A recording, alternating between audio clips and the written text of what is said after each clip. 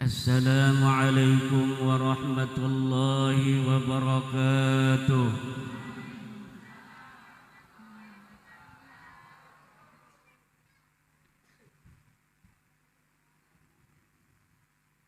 Jalan-jalan ke Kampung Setu,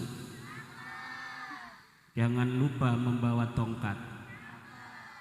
Kalau ingin cari menantu,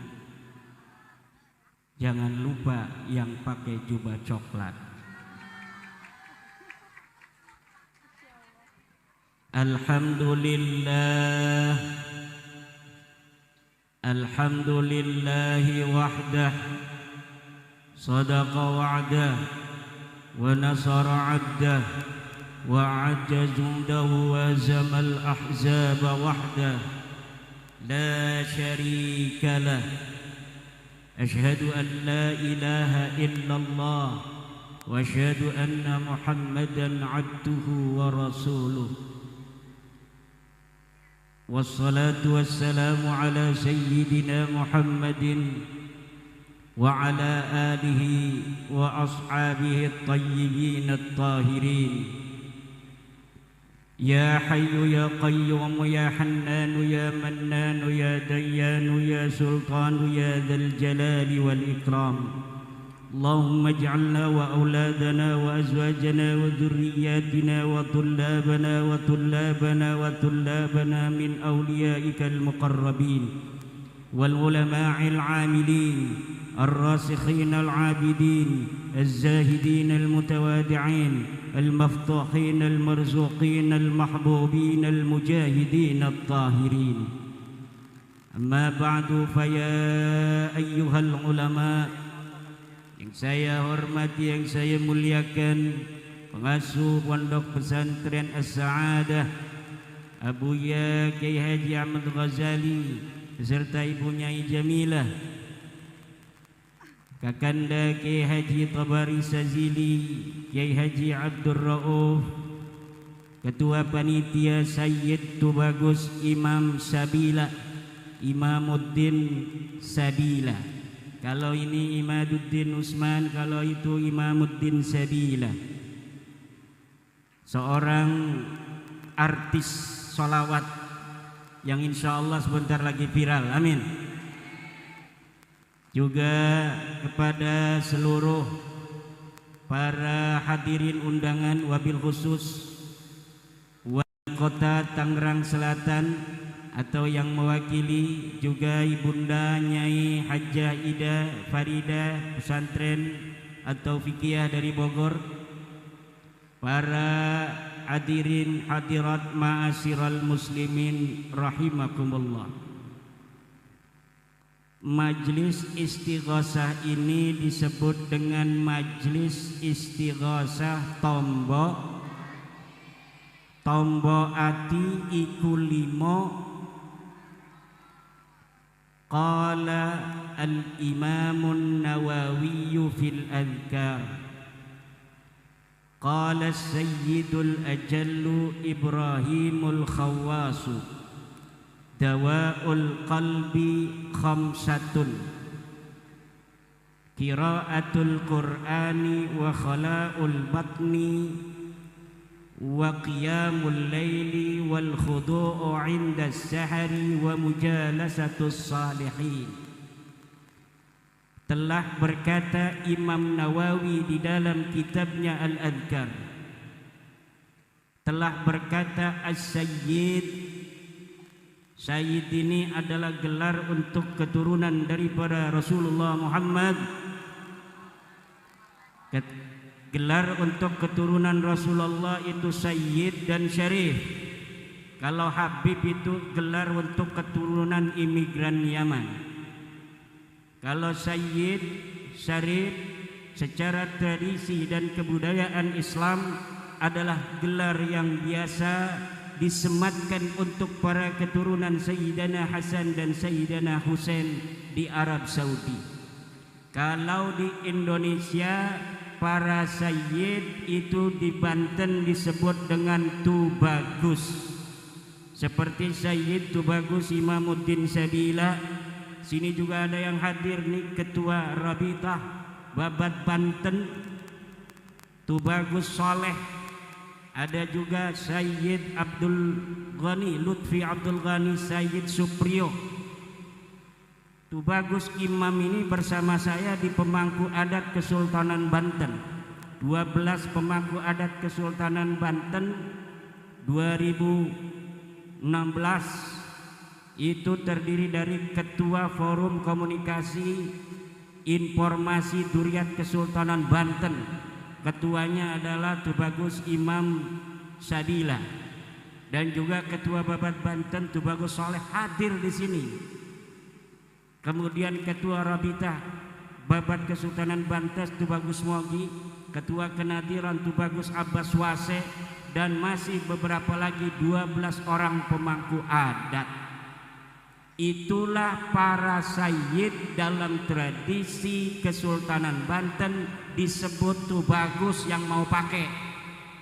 Kalau kayak Kiai Tobari, Kiai Ahmad Ghazali nggak perlu pangkat-pangkat sayyid, nggak perlu pangkat Tubagus. Pangkat kiai lebih tinggi dari pangkat-pangkat nasab inda jumhuril ulama. Ada yang ngomong,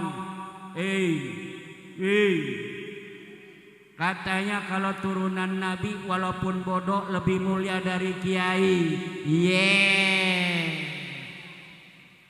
Katanya kalau turunan Nabi darahnya darah Nabi, walaupun dia gila tetap lebih mulia dari para kiai.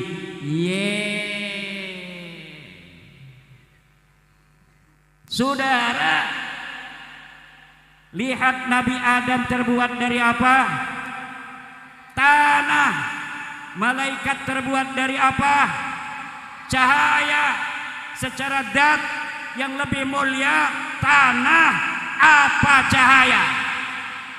Tetapi kenapa Allah perintahkan malaikat-malaikat Allah untuk sujud terhadap Adam? Karena Adam mempunyai ilmu. Jadi siapa saja orang yang berkata bahwa zat orang yang keturunan Rasul walaupun bodoh dia lebih mulia daripada seorang alim adalah ajaran sesat dan menyesatkan.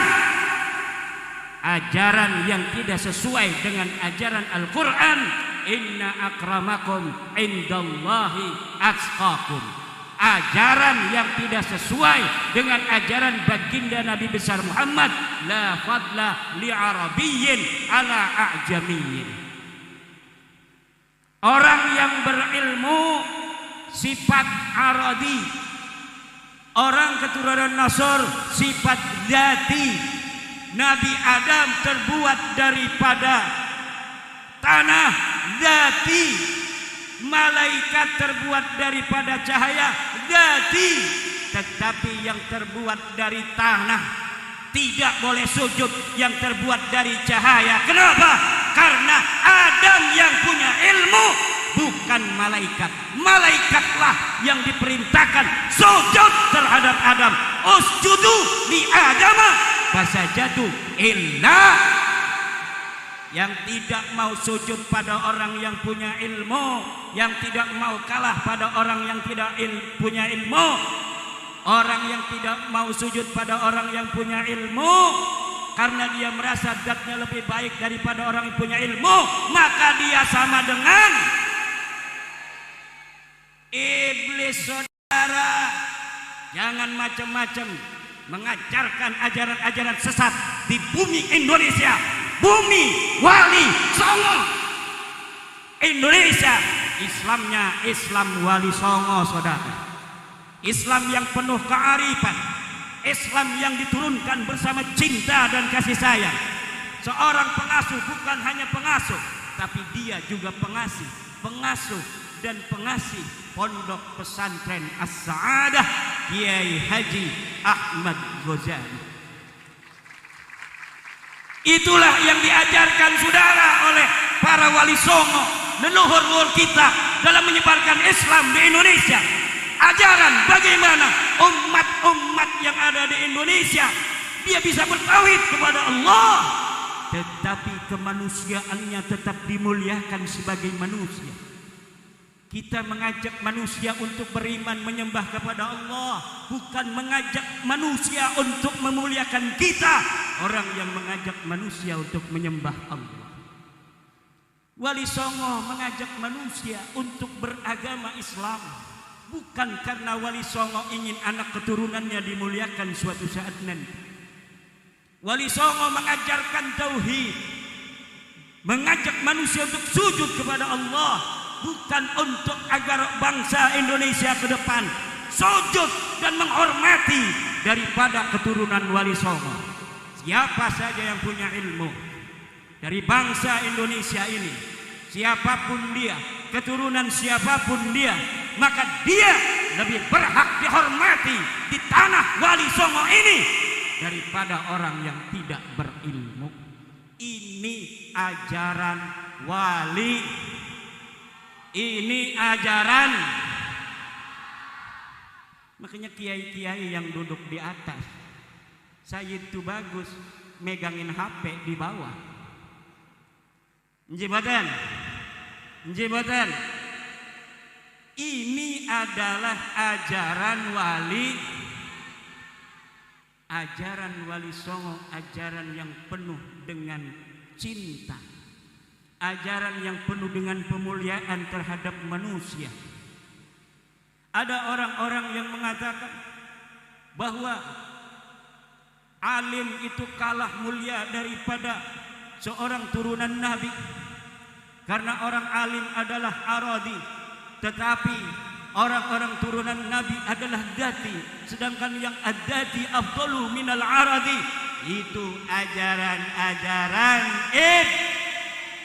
wa man qala dzalika fa huwa yaqulu walau kana aliman kabiran bila dalilin walastinadin bi Qur'anin wa bi hadisin la utlub al-Qur'an min awwalihi ila akhirih hal kana fihi tafdilun nas bidatihi la bal alladhi kana fil Qur'anil Karim tafdilul ilmi ala dzat ka tafdili adama alal malaikati walau kanatil malaikatu afdala dzatan min Adam.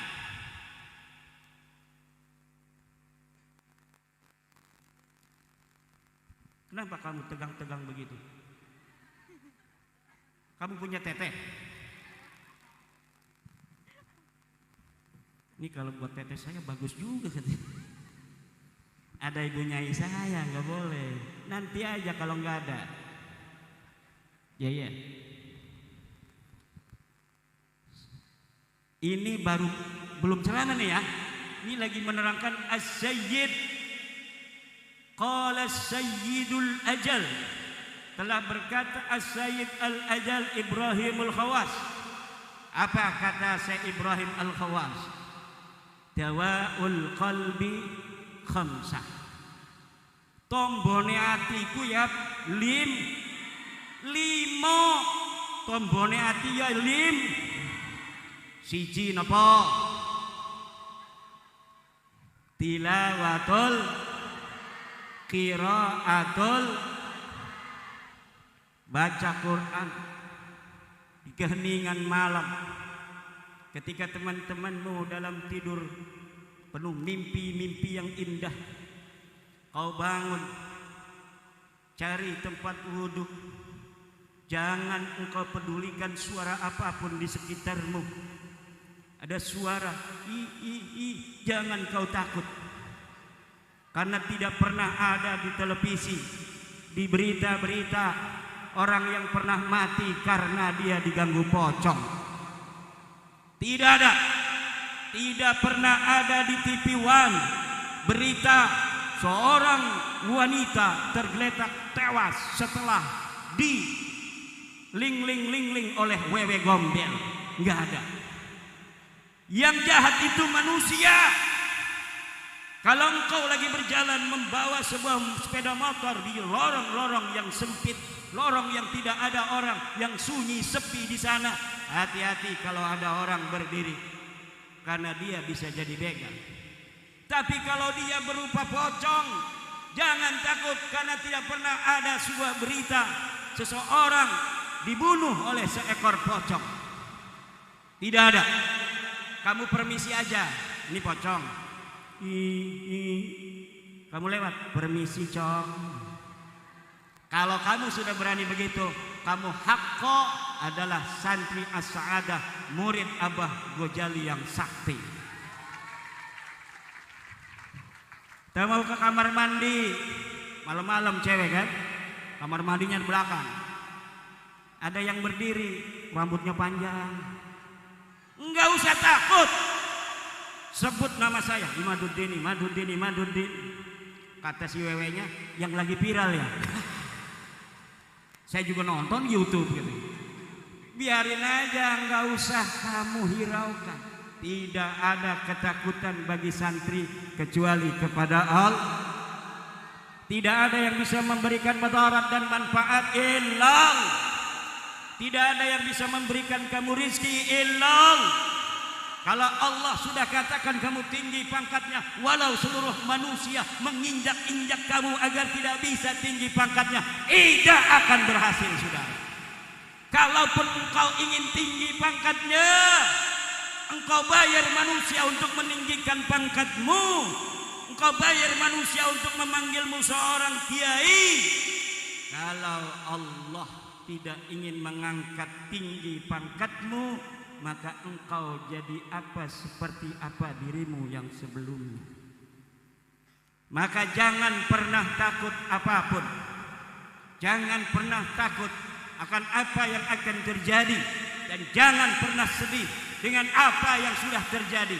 La khaufun alaihim walahum, la khaufun walahum. Ciri-ciri waliullah adalah tidak pernah takut, saudara, dengan apa yang akan terjadi, dan tidak akan pernah merasa sedih dengan apa yang sudah terjadi.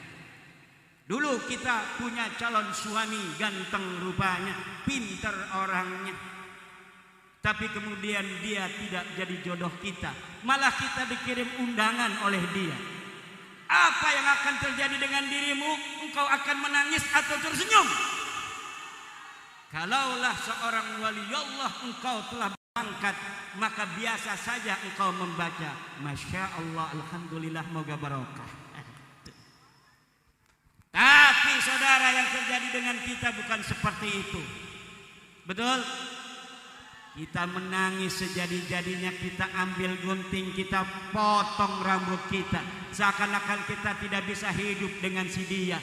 Padahal mungkin saja di situ ada persiapan Allah untuk kemuliaanmu. Kalau engkau nikah dengan pilihan ayahmu, akan lahir dari rahimmu ribuan para wali Allah sampai hari kiamat nanti. Kita tidak akan pernah tahu akan hikmah yang terjadi yang telah ditetapkan oleh Allah dalam qada'nya. Namun kadang-kadang manusia membuat dirinya menjadi susah sendiri. Manusia membuat dirinya seakan-akan bisa melakukan apapun. Tawakalnya kepada Allah kurang. Dirinya mengatakan kekuatannya adalah dalam kekuatanku. Ilmunya menjadi takaran akan dia ingin mencapai sesuatu. Dia tidak pernah sandarkan semuanya kepada Allah. Akhirnya ketika terjadi sesuatu yang tidak sesuai dengan keinginannya, jiwanya meronta, sedih banget, air mata menetes tiada tara.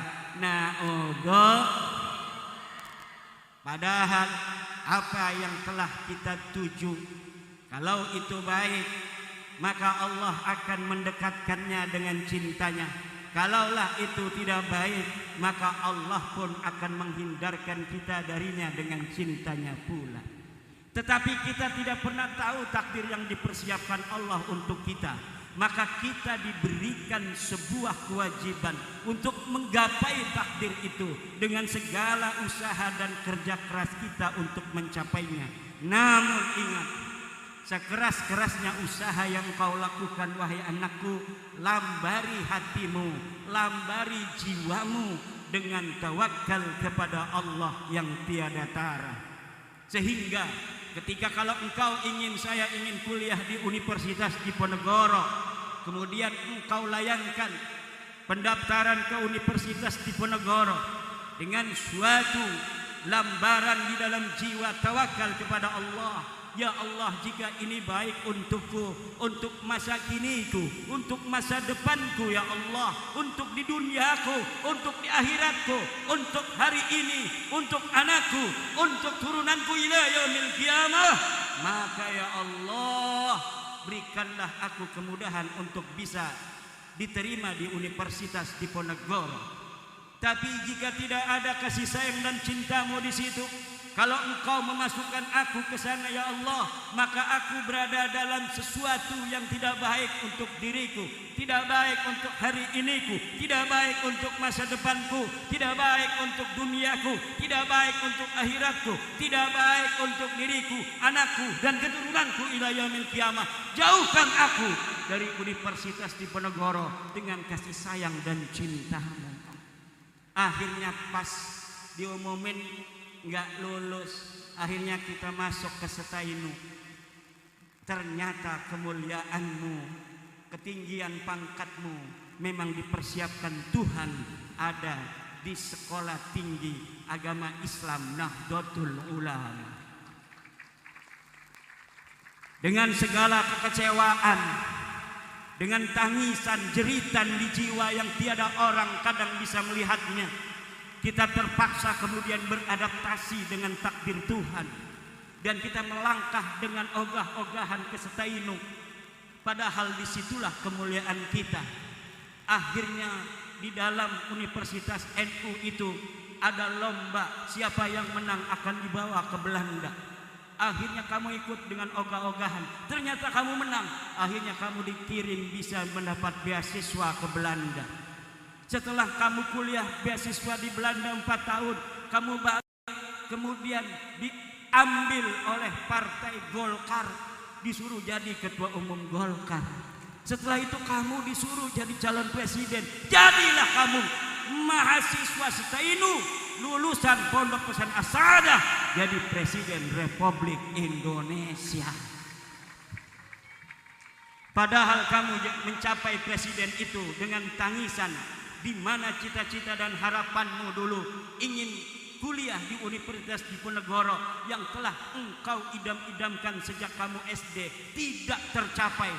Kamu mengeluh, kamu kecewa, kamu menangis, tapi kamu tetap tegar dalam segala kegalauan jiwa itu. Kamu tetap mengikuti kehidupan. Disitulah baru kita mengetahui hikmah di balik apa yang telah terjadi dari sesuatu hal yang tidak mengenakan hidup dan kehidupan kita. Maka ibu-ibu, kalau menghadapi segala suatu hal yang dianggap oleh kita ini adalah musibah, maka pasti di balik musibah itu ada kasih sayang Tuhan yang dipersiapkan, ada kemuliaan, ada kehormatan yang dipersiapkan Tuhan untuk kita di hari ini dan di hari yang akan datang. Wallahu huwal muwaffiq ila aqwamit thoriq. Wassalamu alaikum warahmatullahi wabarakatuh. Bi barakati al-Fatihah.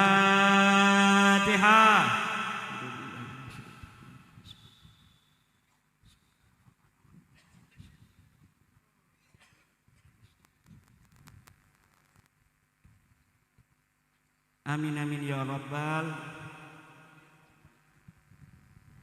Kepada Tubagus Imam, Bapak Tuliman, Pak Nasoh, mohon untuk para masyarakat langsung ke